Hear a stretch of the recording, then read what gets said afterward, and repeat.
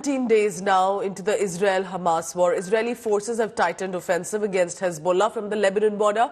Multiple footage have now come up showing the smoke rising near Israel's northern border with Lebanon. IDF continues to pound Hezbollah hideouts too. Israeli Prime Minister Benjamin Netanyahu visited troops in the northern Israel and warned Hezbollah not to enter into this war because that's another border that's opening up beyond the Gaza Strip controlled by Hamas. Netanyahu said it will make the mistake of Hezbollah terrorists and the consequences if they enter into this war will be devastating for the Lebanese states. IDF precision iron sting mortar has entered into the war operation for the first time to target Hamas rocket launchers in the Gaza Strip. This weapon that we're talking about consists of 120mm mortar, uses GPS, laser guidance to precisely hit the target. The mortar can penetrate double reinforced concrete too. Earlier, IDF eliminated Mohammad Katamash, the deputy head of the Hamas, responsible for planning and execution of attack against Israel in the Gaza Strip. If Hezbollah decides to enter the war, it will miss the second Lebanon war. It will make the mistake of its life. We will cripple it with a force it cannot even imagine. And the meaning for Hezbollah and for the state of Lebanon will be devastating. We are prepared for any scenario. And now joining me in this telecast from on the ground in Israel is Shiv Arur. He's now tracking the latest in this Israel-Hamas war. And Gaurav Sawant also has been there, remember, for 15 days now. Shiv, first to you, because as we see the situation that's unfolding, what is the next phase? What do you think is the reason that this ground offensive is getting delayed? Well, that really is the big question, isn't it? What is the next phase of the Israeli offensive going to look like? Air power, the application of air power, the use of gunships and fighters has been on for a while. Helicopter gunships have been pressed into service. Only now it's been visible in our reports here on India Today. But that all elusive ground offensive hasn't happened just yet.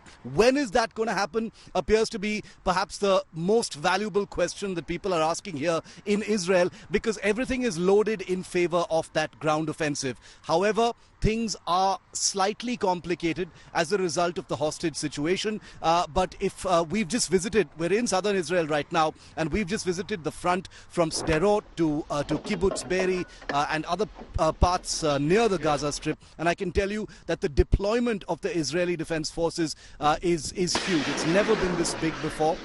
Remember that ground operations into Gaza have taken place on two occasions in the past, 2009 and 2014. On both those occasions, the Israeli Defense Forces stayed less than 20 days in Gaza. So at this point of time, I think the challenge really is what that end game is going to be.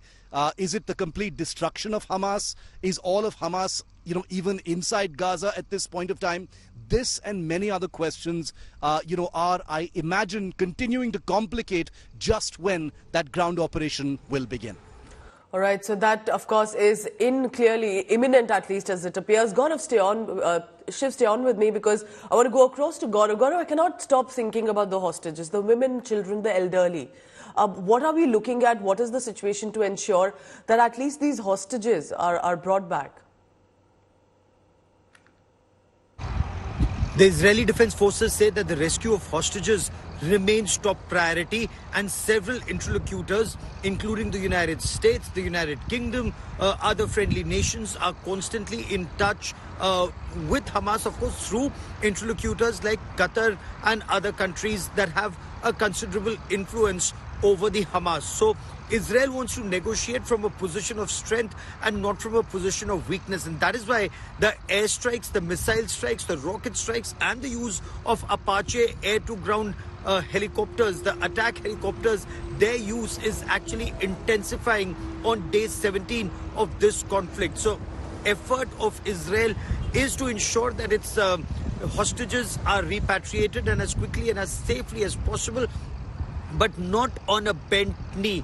That has been Israel's strategy. It will continue to pound Hamas strongholds, and it wants Hamas to hand over the hostages. They're not just Israeli hostages. There are several of the United States of America, at least 10, and some from other countries. So Israel says it's a two-pronged strategy they're adopting. One, pound Hamas bases.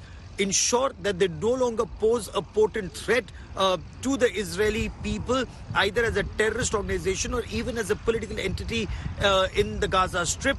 At the same time, negotiate for quick repatriation of hostages, or there will be more consequences for Hamas.